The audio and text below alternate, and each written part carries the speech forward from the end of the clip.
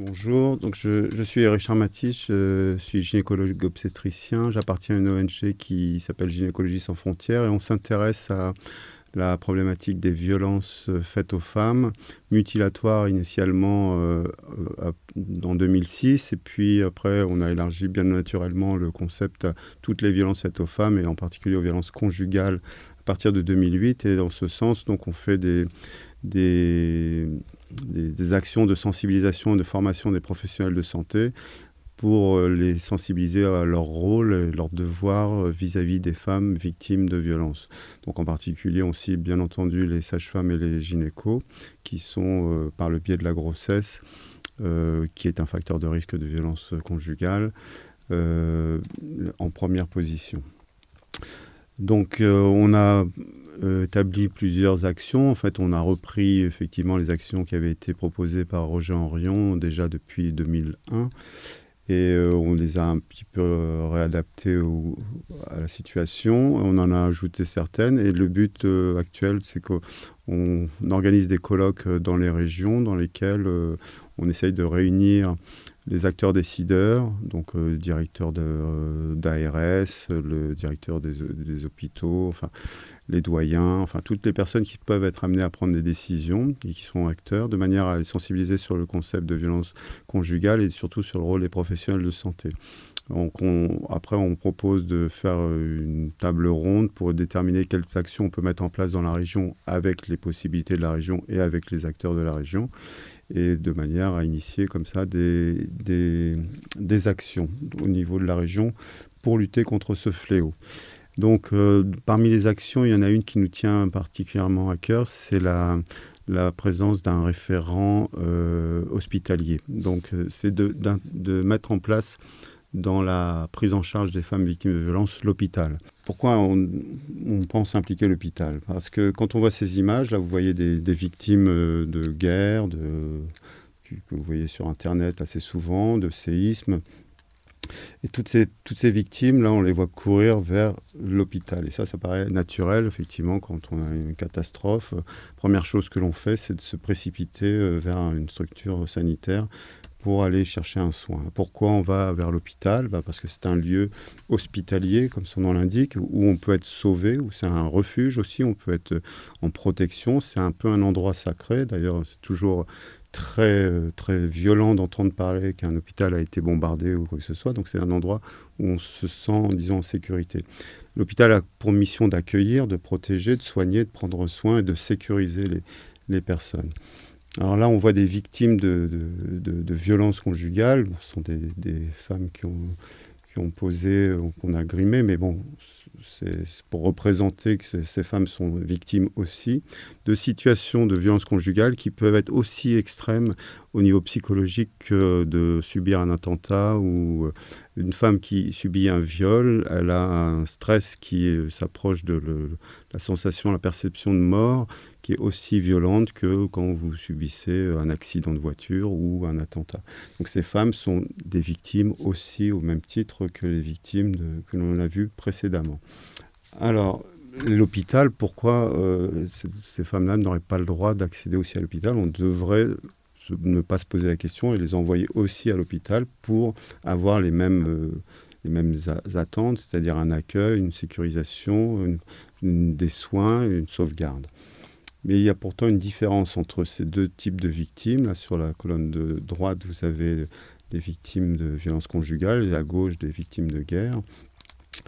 Eh bien, c'est notre regard. La différence, c'est notre regard par rapport à ces victimes. C'est-à-dire que d'un côté, on a des victimes innocentes, entre guillemets, et puis de l'autre côté, on a des victimes coupables, entre guillemets.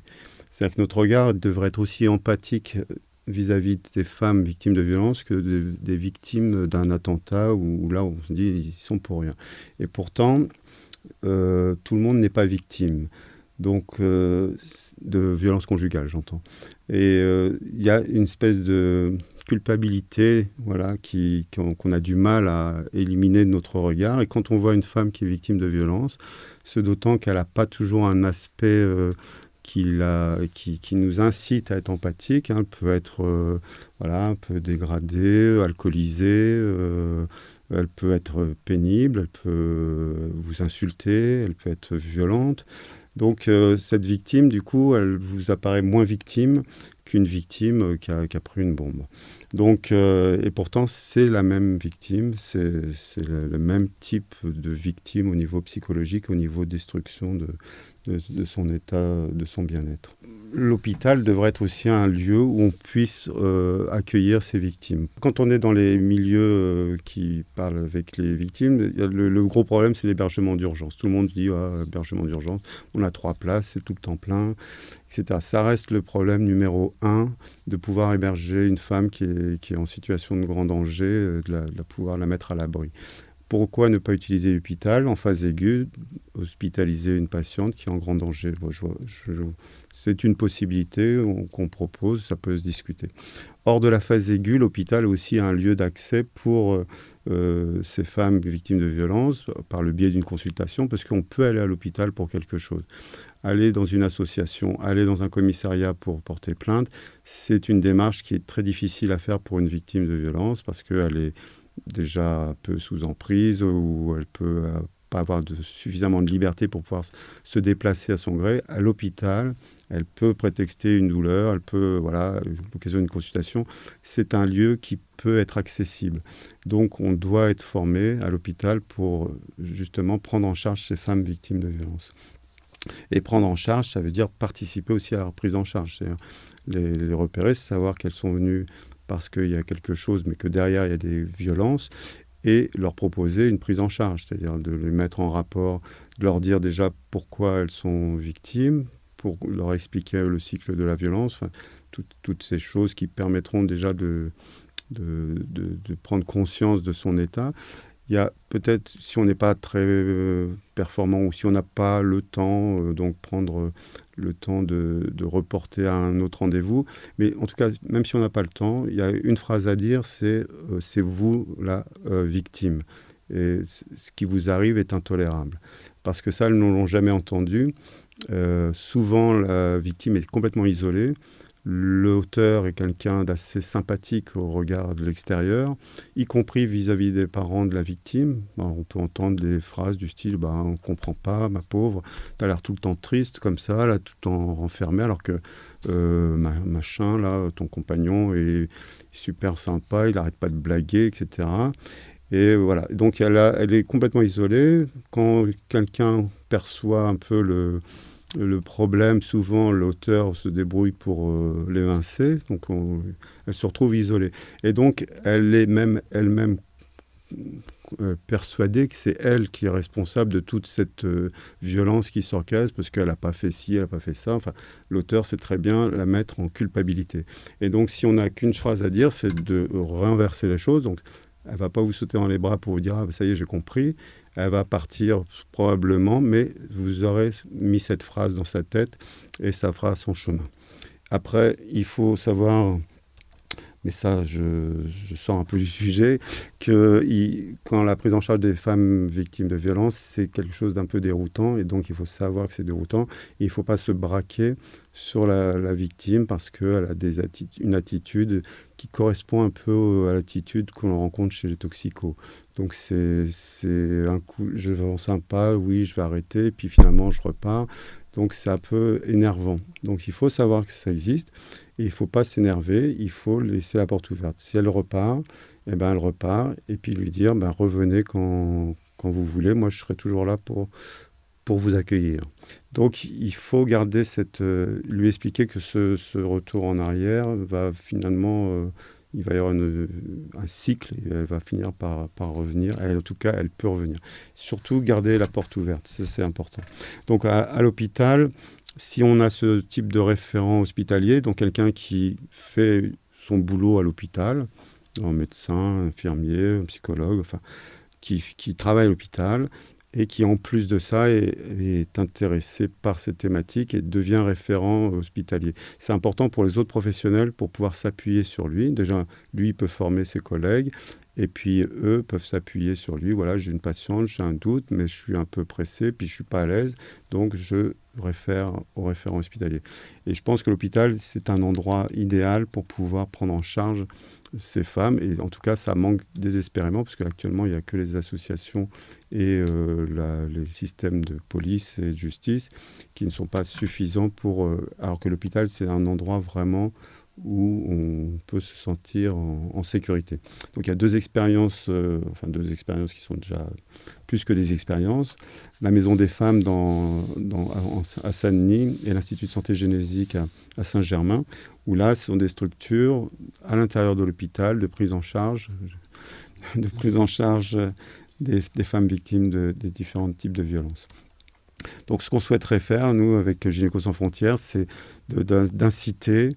Donc, je sais qu'il y a des choses qui se font avec la MIPROF. On n'a pas inventé tout seul notre idée, mais de participer à cette incitation pour que dans quasiment tous les hôpitaux, ou dans les plus importants, au moins, il y ait 2, 3 référents hospitaliers qui puissent aider leurs confrères et former leurs confrères à la prise en charge des femmes victimes de violences. Alors, juste un petit mot, pour ceux qui veulent s'engager dans cette démarche, il va y avoir des freins. Il ne faut pas croire qu'on vous accueille avec du champagne et des petits fours à chaque fois que vous venez pour proposer un projet de prise en charge de violence, que ce soit mutilatoire ou violence conjugale. Il y a pas mal de réticences et nous, ça fait 10 ans qu'on bosse là-dessus. Et il faut savoir s'inscrire dans la lenteur parce que c'est quelque chose qui est pas facile à... Vous pouvez rencontrer... des auteurs dans les gens que vous allez côtoyer pour mettre en place le centre. Donc, puis c'est quelque chose qui met mal à l'aise de toute façon. Donc, il va falloir prendre du temps pour pouvoir s'installer.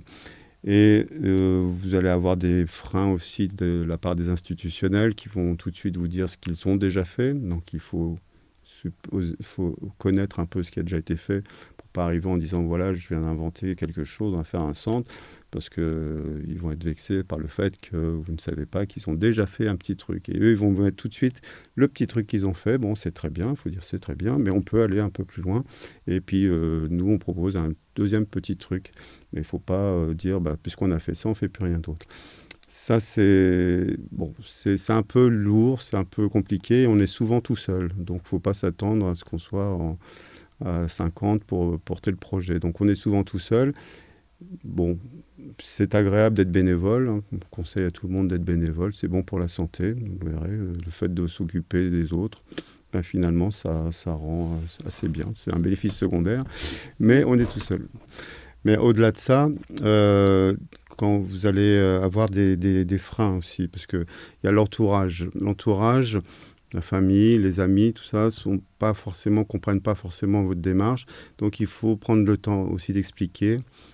Surtout que l'entourage, malgré tout, il s'investit aussi pour que vous puissiez être bénévole, pour que vous puissiez partir en mission, faire des choses.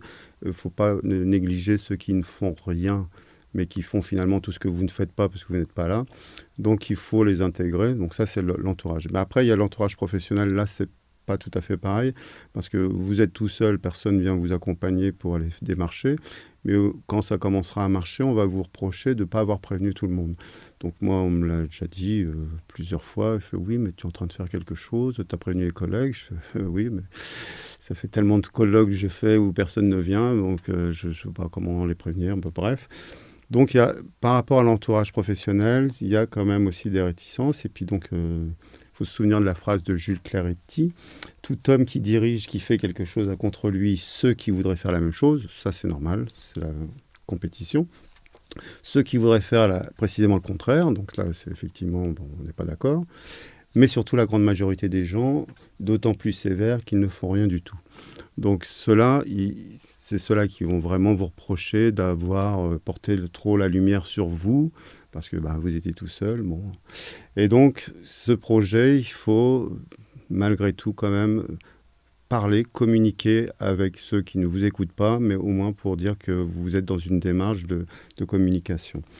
Donc ça, il faut le savoir, parce que même dans l'hôpital, même s'il y a un référent, il ne faut pas s'attendre à ce qu'on vous accueille avec beaucoup de joie au départ. Après, vous allez voir, vous allez rencontrer un tas de gens très enrichissants et ça va être une source de bonheur pour vous de s'occuper du malheur des autres.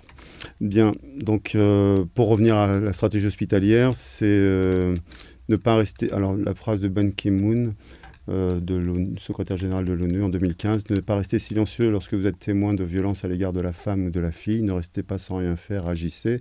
Et je rajouterais, avec empathie, comme s'il s'agissait d'un de vos proches. C'est-à-dire que si vous voyez une victime de violence conjugale, pensez que ça peut être votre fille ou votre mère ou votre sœur qui vient d'être violée, et changez votre regard en pensant que c'est une victime à 100% et pas une victime plus ou moins un peu coupable. Merci.